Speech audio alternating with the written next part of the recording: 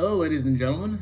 My name is Adam Block, and I haven't talked to you guys in a long time. Due to this coronavirus and COVID-19 pandemic concerns, it's been quite an interesting experience, probably the best way to put it.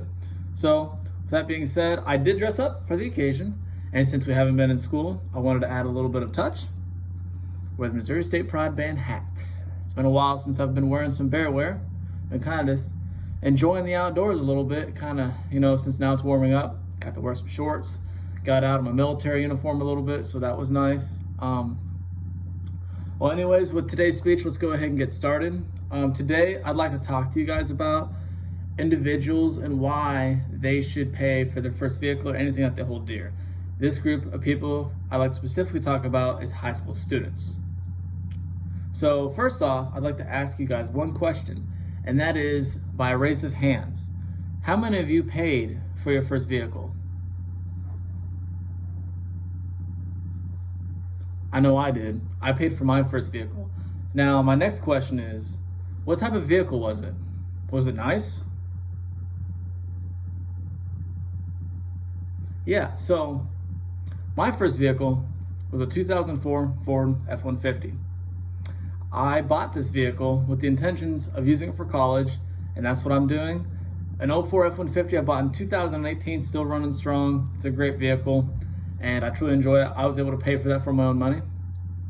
And anyways, as I said, I'd like to talk to you guys about how buying these things, these big items, big or small for that matter, will benefit high school students on a thing called the path of life. So high school students need to work for what they hold best, such as vehicles, phones, and technology, and ultimately a college education in some capacity, rather than merely having it handed to them. Because if an individual is able to successfully acquire such things, then it means more and may resonate more along the path of life. Therefore, there are also perks to this. However, there are some downfalls, which I will later explore. I like to establish my credibility for this speech by saying, as I've already mentioned, I've bought my first vehicle. I've bought a lot of things. I own property. I also own a Jeep, which is pretty cool. I own a lot of different things. In high school, I had to buy my letter jacket. I had to buy my class ring.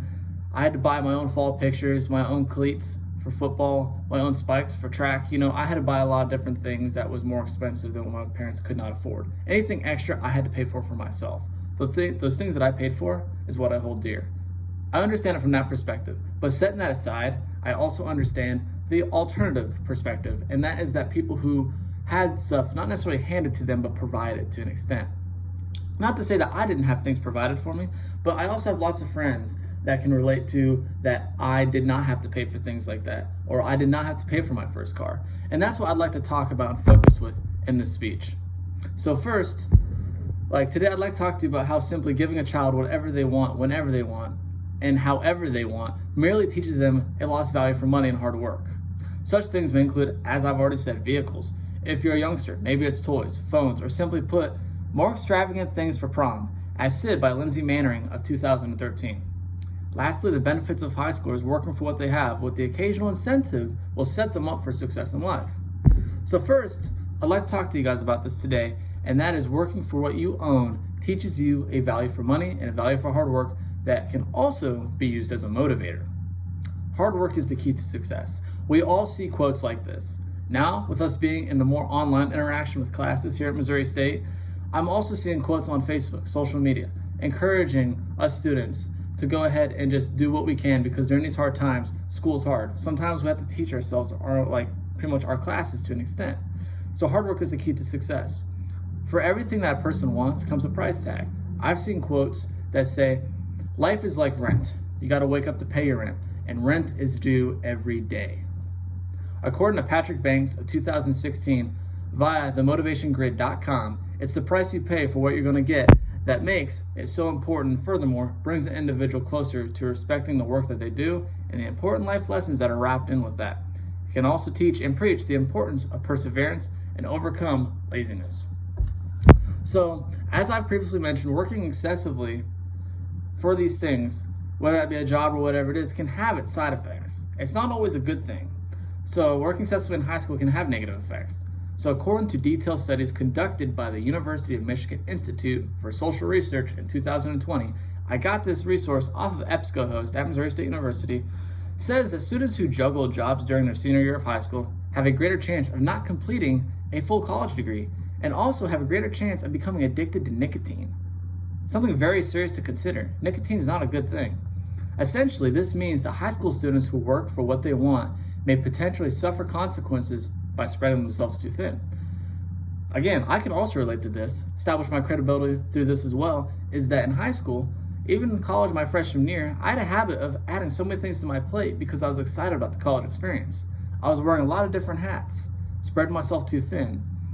With that, it can stress you out. It can not drive you to the point of insanity. It may, but it can distract you from what matters most. That's enjoying college at the same time. A high school student may begin to also resent their parents' authority, therefore contributing to a potential corruptive relationship between a parent and a child, according to Nicole Spector of 2019. Next, I'd like to talk to you guys about, although high school students may have generic items to get by, other items are more expensive. Such items may be too expensive for the average parent themselves to afford for their said child. As I mentioned, this may include vehicles. Might be nice, fancy clothes for school. It could be modern technology. I specifically just bought the new iPhone 11. I love it, by the way. I switched from an Android to an iPhone. There's some struggles wrapped up with that. Besides the point, but that phone was very expensive. It's about $900. There's also gaming systems if you're a gamer. Specifically, though, buying a child their first vehicle for them, they are missing out on a lot of life lessons.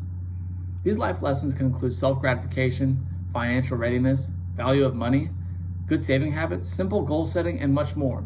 And I got this from the Mystery Money Man of 2019. Lastly, I'd like to talk about that there are several benefits of working hard for what you own, and it may set up high school students for success in life, such as financial security, knowledge, feeling fulfillment of doing stuff on your own, building experiences, meeting new people. I encourage you to go out and meet new people.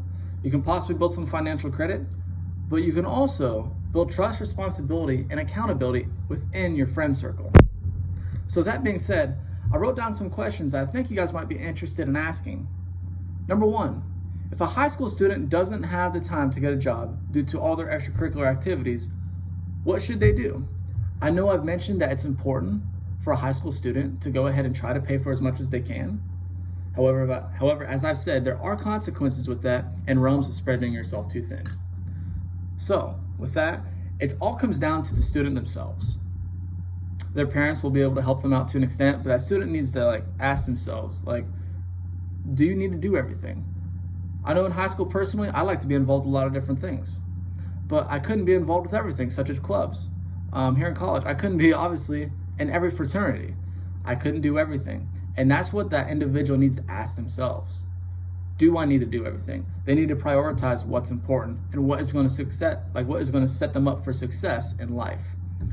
Question number 2. Have you ever been in a situation where you really like something and you really want something, but you can't afford it? I've been in this situation more than once, several times to be honest. Very frustrating, but yes. In that situation, same thing, you need to ask yourself, is this a want or is this a need? If it's a need, then you need it, you need to buy it. However, it may come to question, how are you going to get that money? How are you going to find a job? What job are you going to have? Bringing me to my third question, is what types of jobs can high school students get to pay for things such as cars, clothing, anything else needed for sports, stuff in high school, or whatever it may be. Right now during the COVID-19 pandemic concerns, another good job is Walmart. They're looking for shelf stockers. Believe it or not, Walmart is considered an essential business. It is an essential business because the general public comes to that Walmart. I know here in Springfield, for example, they're out of toilet paper. And they're actually applying for jobs right now. They need more people to shelf stock so that they can keep up with the demand of the Springfield community. And I think they're paying $10 an hour. Beside the point, again, right there is a great opportunity for a high school student looking to make some money. So today I talked to you about how simply giving a child whatever they want, whenever they want, and however they want merely teaches them a lost value for money and hard work. Such things may include vehicles, toys for a youngin', or simply put, more extravagant stuff for prom, as said by Lindsay Mannering of 2013. Lastly, the benefits of high schoolers working for what they have with the occasional incentive will act as a motivator, and it's important to implement that as parents.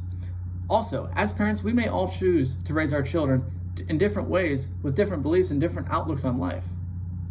But we can all agree ultimately that any skills given to a child from a parent, including opportunities, will undoubtedly allow a child to grow up and be prosperous. Thank you.